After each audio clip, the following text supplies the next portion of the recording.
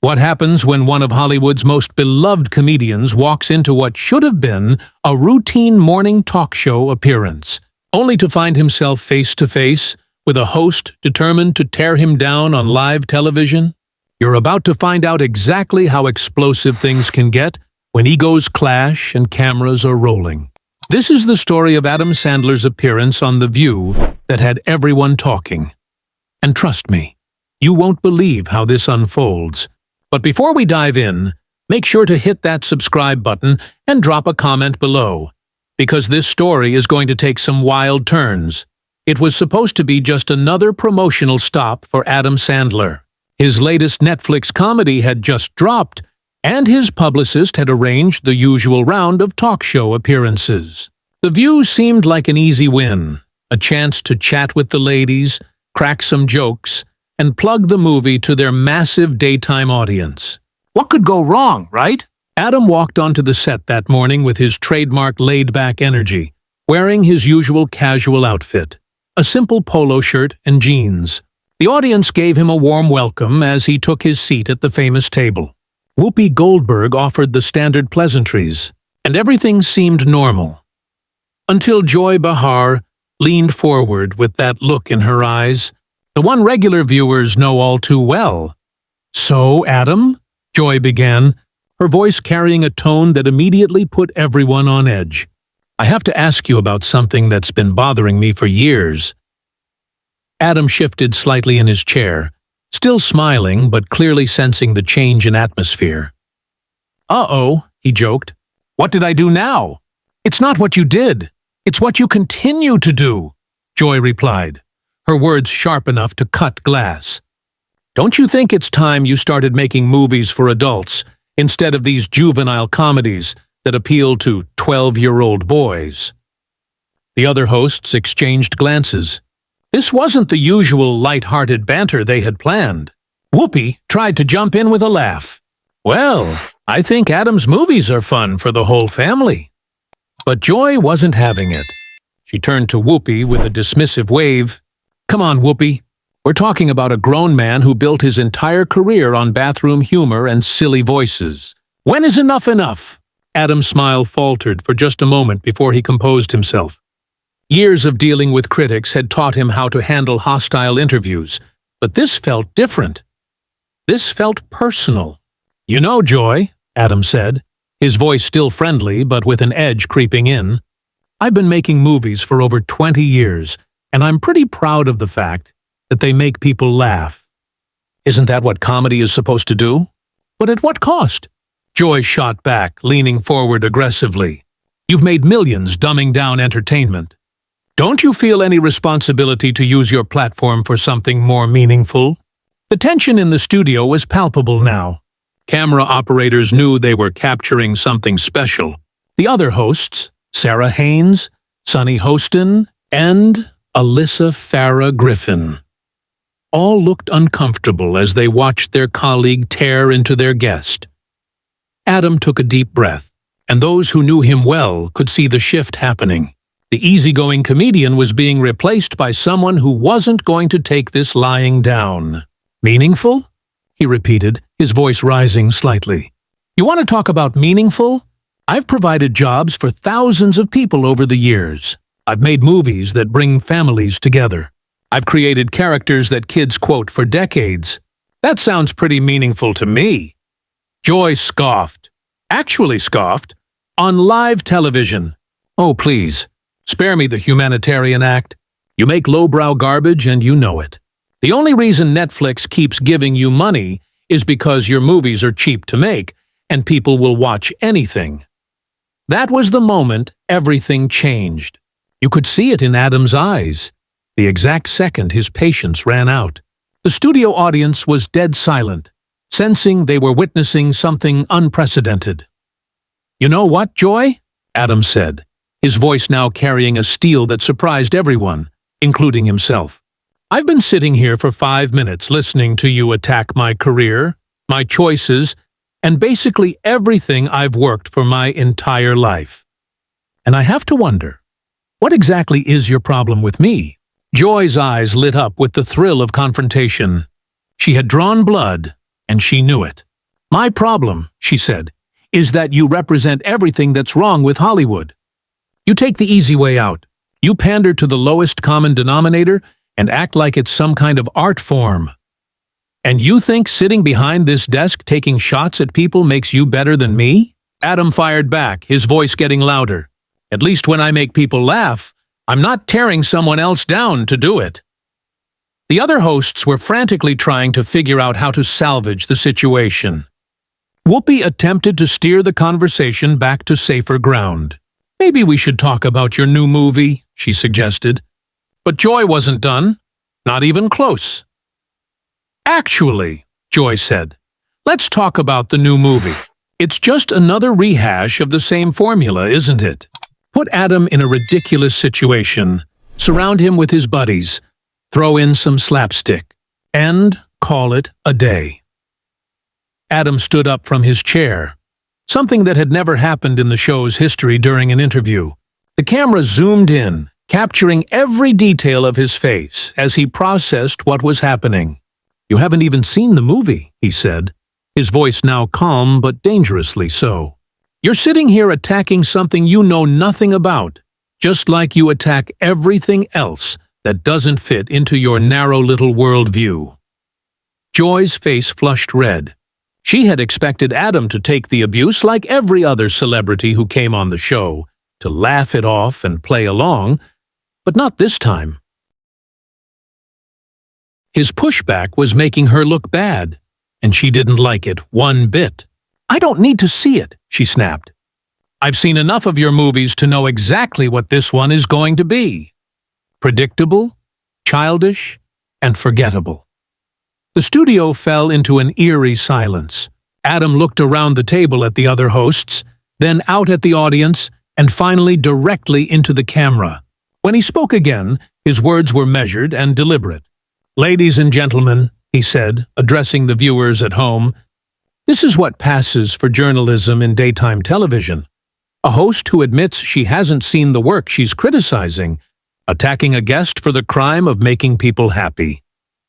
Joy's face went from red to purple. Being called out on her own show in front of her audience was not something she was prepared to handle gracefully. She slammed her hand down on the table with such force that it made everyone jump. "How dare you lecture me about journalism?" she snarled, pointing her finger directly at Adam.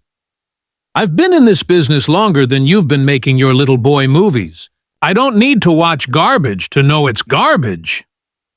Adam laughed, but it wasn't his usual warm chuckle. This was something darker, more cutting. "Wow, Joy, you just proved my point better than I ever could. You literally just said you judge things without experiencing them. That's not journalism. That's prejudice." The other hosts were in full panic mode now. Sonny Hostin tried to jump in with a nervous laugh. "Maybe we should take a commercial break." "No," Joy snapped, not taking her eyes off Adam. "We're going to finish this conversation.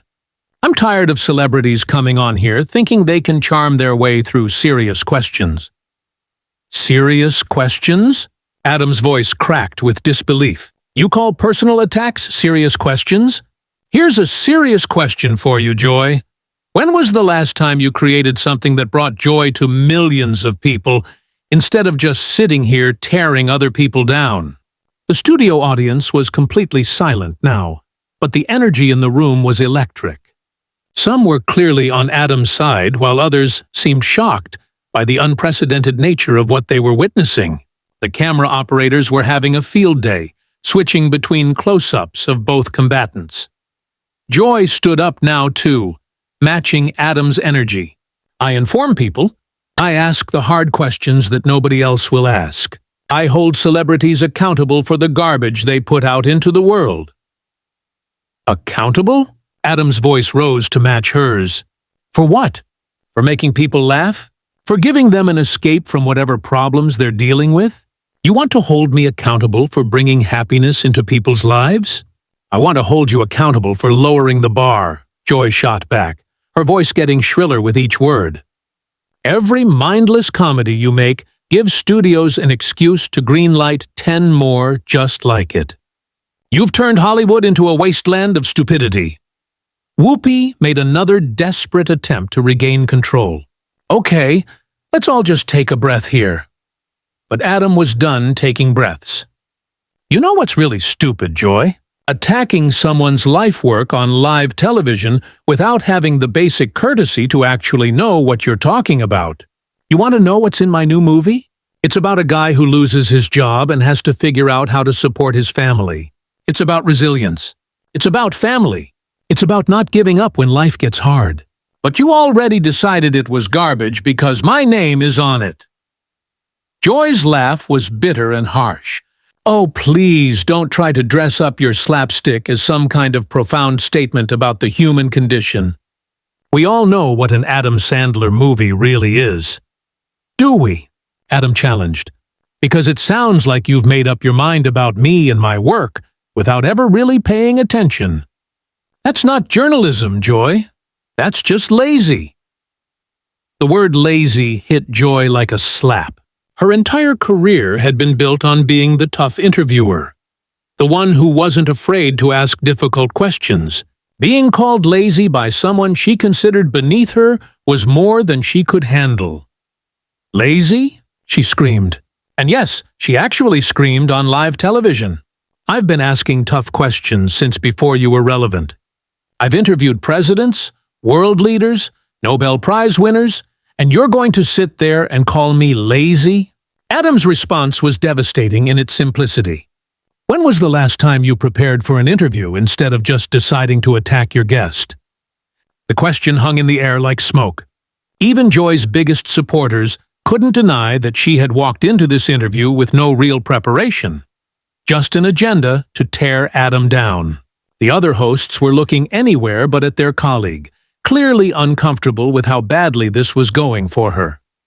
Joy's voice dropped to a dangerous whisper. You arrogant little man. You think because you make millions playing dress-up that you can come on my show and disrespect me? Your show? Adam's eyebrows shot up.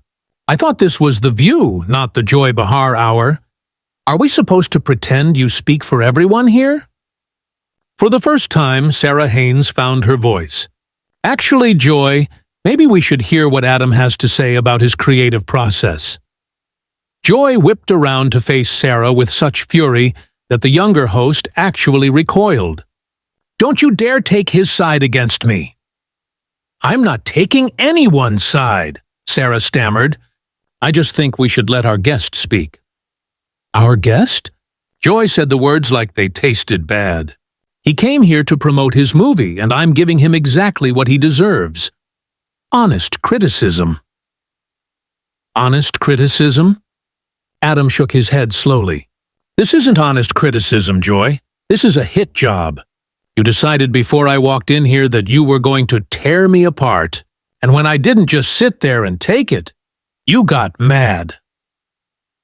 I got mad because you're everything that's wrong with entertainment today, Joy fired back. You're proof that talent doesn't matter anymore, that you can coast on mediocrity and still become rich and famous. The insult was so blatant, so personal, that even Whoopi couldn't stay neutral anymore. Joy, that's enough. But Joy was beyond reason now. No, it's not enough. Someone needs to say what everyone in this industry is thinking.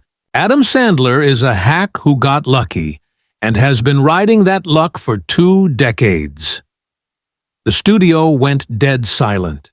You could hear the cameras clicking, the sound technicians adjusting their equipment, but not a single human voice. Adam stared at Joy for what felt like an eternity. And when he finally spoke, his voice was quiet, but filled with steel.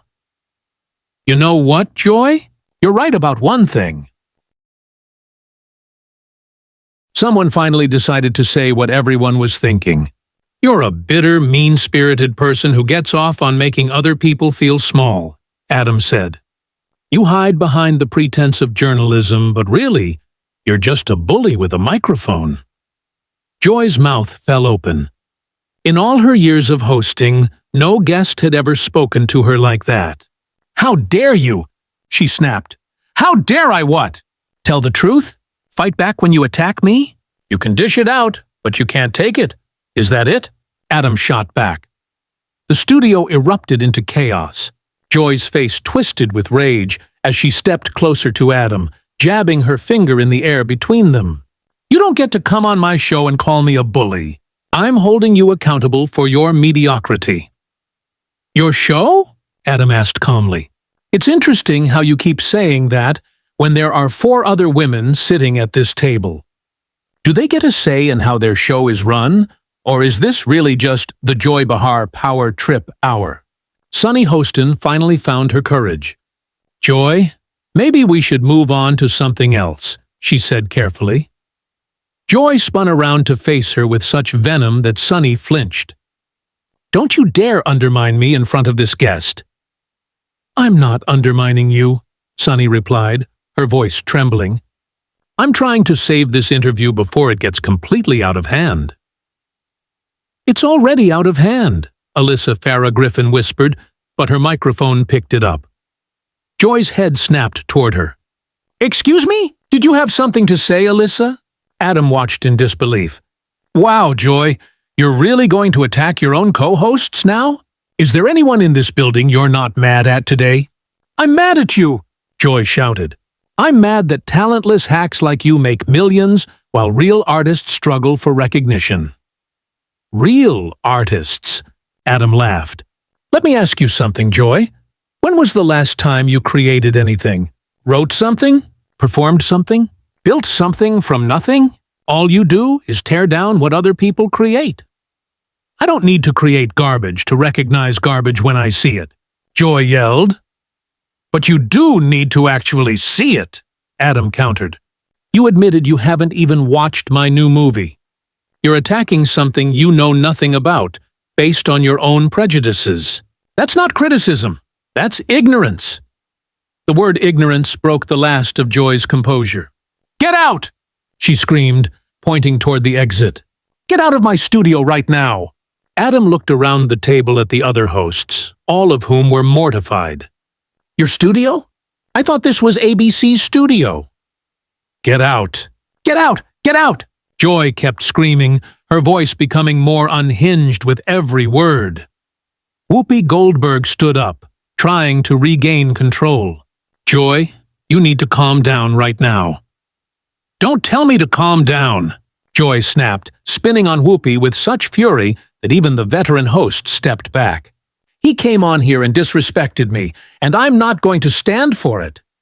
"I disrespected you?" Adam said, incredulous. "You spent the entire interview attacking my career, my choices, my character, and I'm the one who's disrespectful? You're completely delusional." "Security!" Joy shouted toward the wings. "Get security in here right now."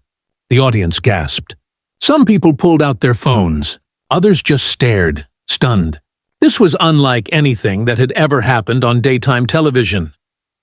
Adam shook his head slowly, a sad smile crossing his face. "You know what, Joy? I actually feel sorry for you. You're so consumed with hate and bitterness that you can't even have a normal conversation without turning it into a personal attack." "Don't you dare pity me," Joy's voice cracked. "Someone like me?" Adam repeated. "You mean someone who's built a career making people happy instead of tearing them down?" "Yeah, I guess we are different that way." Security personnel appeared at the edge of the set, but they hesitated, unsure what to do.